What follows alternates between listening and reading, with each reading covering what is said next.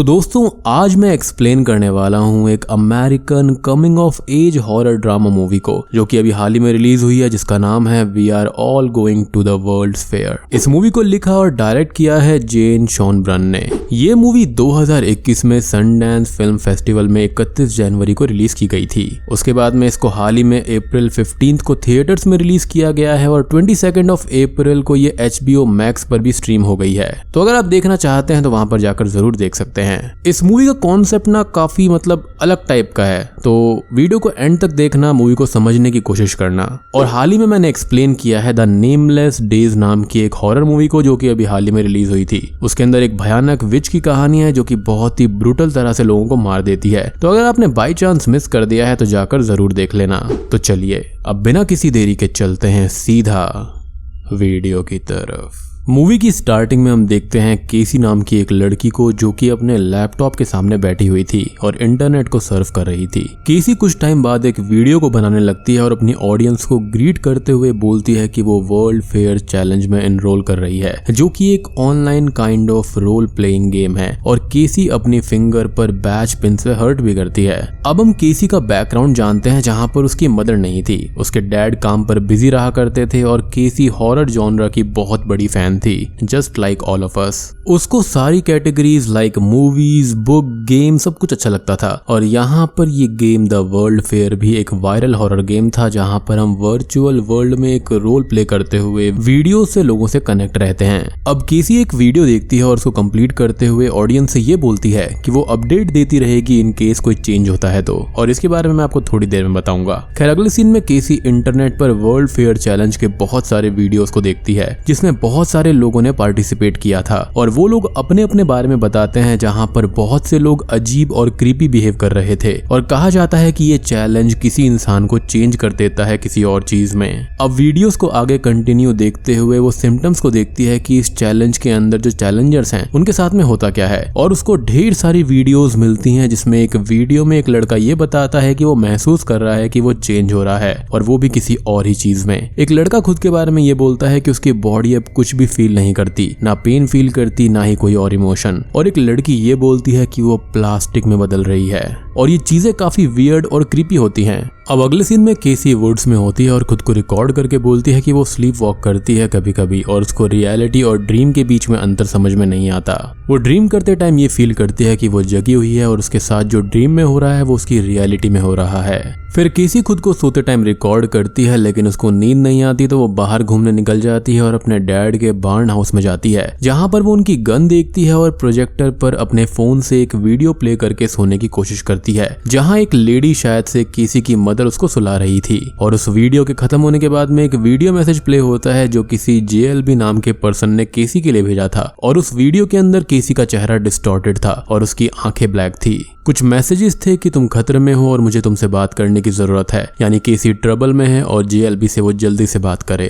फिर केसी JLB की recording सुनती है, जिसमें वो बताता है कि वो वर्ल्ड फेयर गेम की थियोरीज और स्टोरीज पर काम करता है, काइंड ऑफ फैन है। बट वो ये भी बोलता है कि वो खुद इस गेम में एनरोल्ड है और उसको दूसरे प्लेयर्स के साथ कोलैबोरेशन करना अच्छा लगता है। केसी अब JLB से स्काइप पर बात करती है और JLB उसे थोड़ी बहुत बात करके ये बोलता है कि केसी को इस चैलेंज के बारे में कितना पता है, जिस पर केसी ये बताती है कि उसको कुछ खास नहीं पता और उसने मोस्टली वीडियोज ही देखी हैं, जिस पर JLB बोलता है कि ये चैलेंज बहुत पुराना है और माइथोलॉजी और हिस्ट्री से जुड़ा हुआ है और इसमें लोग चेंज हो जाते हैं एनरोल होने के बाद, जैसा कि हमने पहले वीडियोस में देखा था। JLB आगे बोलता है कि वो केसी की हेल्प करना चाहता है, एज उसने उसकी वुड्स वाली वीडियो देखी थी और उसको ऐसा लगता है कि केसी को उसकी हेल्प की जरूरत है, लेकिन पहले केसी ये क्लियर करे कि वो जो बोल रही है वो सब रियल है। तो केसी यहाँ पर ये बोलती है कि वो सब सच था, ना कि कोई कहानी। वो ये बोलती है कि उसको ऐसा लगता है कि जैसे उसकी बॉडी से वो कंट्रोल लूज कर रही है और धीरे धीरे अपनी बॉडी से दूर होती जा रही है। JLB का केसी से ये भी कहना था कि वो वीडियोस को अपलोड करती रहे, जिससे JLB को सब कुछ पता चलता रहेगा और वो लोग कनेक्टेड रहेंगे,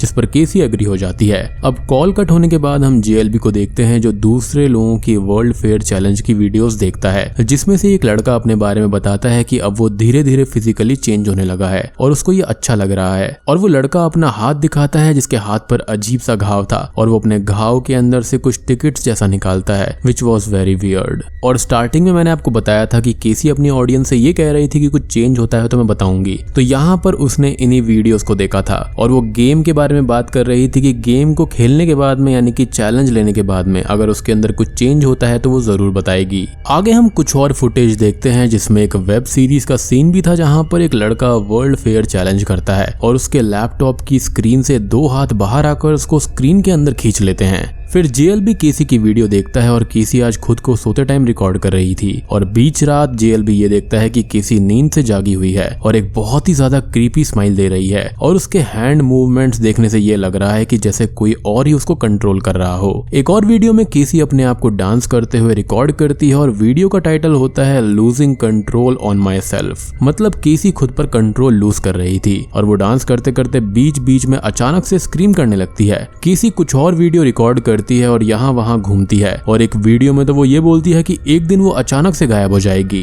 अब अगले सीन में केसी खुद को सोते हुए फिर से रिकॉर्ड करती है जिसको जेएलबी देख रहा था और केसी कुछ ही देर के बाद में अपने बेड पर नहीं होती और लैपटॉप के सामने आकर बोलती है कि वो स्क्रीन की दूसरी साइड में जो है वो उसे जानती है और वो उसे नहीं रोक पाएगा। खैर फिर जेएलबी केसी के वीडियोस को देखता है और फिर से केसी को वॉइस मेल भेजता है और उसमें बोलता है कि जेएलबी को लगता है कि केसी को फेयर की फोर्सेस जो है वो अपने पास खींच रही हैं और वो केसी को बचाना चाहता है और वो उससे एसएप बात करे क्योंकि बात करना काफी अर्जेंट है। अब अगले सीन में केसी न्यू वीडियो में होती है और यहाँ पर वो टैरो कार्ड्स के साथ में खेल रही थी। वो टैरो कार्ड्स रीड करने लगती है जहाँ पर वो कुछ भी बातें बोलती जाती है जो कि कोई सेंस नहीं बनाती और हम समझ पाते हैं कि उसको कार्ड रीड करना नहीं आता है अच्छे से। खैर अगले सीन में हम केसी को रोड पर घूमते हुए देख पाते हैं जो कि खुद को रिकॉर्ड कर रही थी और वो ये बोलती है कि वो कल सुबह अपने डैड को शूट करके जान से मार देगी और उनको ब्लीड करते हुए देखेगी। वो ऐसा करना तो नहीं चाहती लेकिन उसका खुद के ऊपर कोई भी कंट्रोल नहीं है और वो खुद को ही मारना चाहती है और जेएलबी उसकी हेल्प क्यों नहीं कर रहा है। अब केसी अपने फेस पर पेंट लगा लेती है और कुछ ही टाइम बाद वीडियो रिकॉर्ड कर रही होती है जहाँ पर वो बहुत अजीब बातें करती है और अजीब बिहेव करती है। अपने टॉय जिसको वो 5 साल की उम्र से अपने साथ रखे हुई थी उसके टुकड़े टुकड़े करके उसको तबाह कर देती है और कुछ ही टाइम बाद वो नॉर्मल हो जाती है और अपने टॉय को टूटा हुआ देखकर दुखी होने लगती है। केसी बोलती है कि वो जानती है कि ये सब खत्म कैसे होगा और वो डेस्कटॉप स्क्रीन के अंदर खींची चली जा रही है। फिर जेएलबी और केसी स्काइप पर होते हैं और वो लोग बात कर रहे थे जहाँ पर केसी बोलती है कि ये दुनिया शायद रियल नहीं है और ये एक टाइप का लूप है और इन्हीं सब बातों के बीच में जेएलबी ये बोलता है कि उसको केसी की काफी फिक्र हो रही थी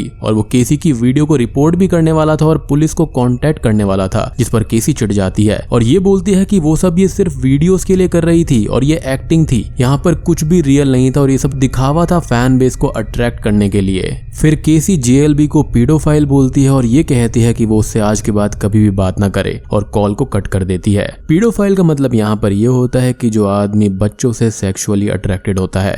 अब जेएलबी वहीं बैठा रहता है और काफी परेशान सा हो जाता है और वो केसी को मैसेज करता है कि वो वीडियोस बनाना बंद ना करे और कांटेक्ट ना तोड़े। यानी कि वो अब तक नहीं समझ पाया था कि केसी यहाँ पर ये सब नाटक कर रही थी। इनफैक्ट जितने ही बच्चे थे ये सब नाटक कर रहे थे और यहाँ पर ये सब फॉलोअर्स जुटाना चाहते थे, क्योंकि स्टार्टिंग में हमने एक सीन में देखा था कि वो स्लीप वॉकिंग करते हुए न्यू ईयर ईव पार्टी में चली गई थी और बस नाटक कर रही थी। खैर मूवी के आखिरी सीन में हमको ये दिखाया जाता है कि जेएलबी ये बोलता है कि 1 साल बाद उसको केसी का मैसेज आया और उसने उससे माफी मांगी उस रात के लिए और केसी कुछ टाइम के लिए केयर फैसिलिटी में रही उस रात के बाद और अब वो ठीक है और थिएटर के लिए राइटिंग का काम करती है। सो मेरे हिसाब से जेएलबी ने उस दिन पुलिस वगैरह को बुला लिया होगा और उन्होंने केसी की वीडियोस को देखा होगा जिससे उनको लगा होगा कि वो मेंटली थोड़ी परेशान है। खैर उसके बाद में वो ये बोलता है कि वो लोग एक दिन मिले और उन्होंने साथ में बहुत सारा वक्त बिताया और साथ में वो लोग कई जगह घूमने गए और जेएलबी ये बोलता है कि उसने वो कर लिया जो हमेशा चाहता था और उन लोगों ने हक किया और फिर वहां से चले गए और अब वो रेगुलर टच में हैं और बूम, ये मूवी यहीं पर खत्म हो जाती है। तो दोस्तों ये थी we are all going to the world fair movie की कहानी। सो एंड में मुझको ये लगता है कि जो जेएलबी था ना ये वाकई में पेडोफाइल था और मुझे लगता है कि उसने 1 साल बाद केसी से वो मिला और उसने उसको सेक्सुअली अब्यूज किया होगा या फिर उसको जान से मार दिया होगा। अब देखो आई एम श्योर कि आप मूवी देखकर सोच रहे होंगे कि ये था क्या, मतलब यहाँ हुआ क्या है, कि कोई हॉरर एलिमेंट था भी, कोई भूत था या फिर गेम हॉरर है या नहीं है क्या। तो इसके पीछे मेरी 2-3 थ्योरीज है जो मैं आपके साथ शेयर करता हूँ। सबसे पहली ये है कि जो केसी है ना वो एक्टिंग कर रही थी और टाइम पास कर रही थी ताकि वो फेमस हो पाए। और आप जानते हो कि यूट्यूब पर, इंस्टाग्राम पर या कोई भी सोशल मीडिया प्लेटफॉर्म होता है, वहां पर कोई ना कोई ऐसा जरूर होता है जो कि उल्टी सीधी हरकतें करता है फेमस होने के लिए। अब उसके बाद में क्या हुआ कि एक नर्ड यानी कि जेएलबी ने उसको नोटिस किया और उसको सिम्प करना शुरू कर दिया। और आजकल के जो टॉक्सिक फैंस होते हैं ना, फिक्शन को रियलिटी समझते हैं, तो वो वैसा ही था और वो केसी के पीछे पड़ गया और सब कुछ सच मानकर उसका साथ देने लग गया, जबकि ये सब झूठ था। या फिर दूसरी थियोरी ये कहती है कि जेएलबी वाकई में पेडोफाइल था और वो मेंटली इल भी था और एंड में उसने केसी के साथ पक्का कुछ ना कुछ गलत कर दिया होगा। इधर उसने उसका मर्डर कर दिया या फिर उसका रेप कर दिया होगा, क्योंकि केसी से 1 साल बाद मिलने का कोई मतलब ही नहीं बनता और कोई भी लॉजिक नहीं है। और यहाँ पर हमने ये सारी कहानी उसके जरिए सुनी है, ना कि केसी के जरिए। तो हो सकता है कि वो ये बात झूठ बोल रहा होगा कि उसने उससे कांटेक्ट किया था और वो आज भी उससे कांटेक्ट में है। माइट भी उसको उसका एड्रेस मिल गया होगा किसी भी तरह से और वो बार बार स्टार्टिंग में भी उसका एड्रेस जानना चाहता था।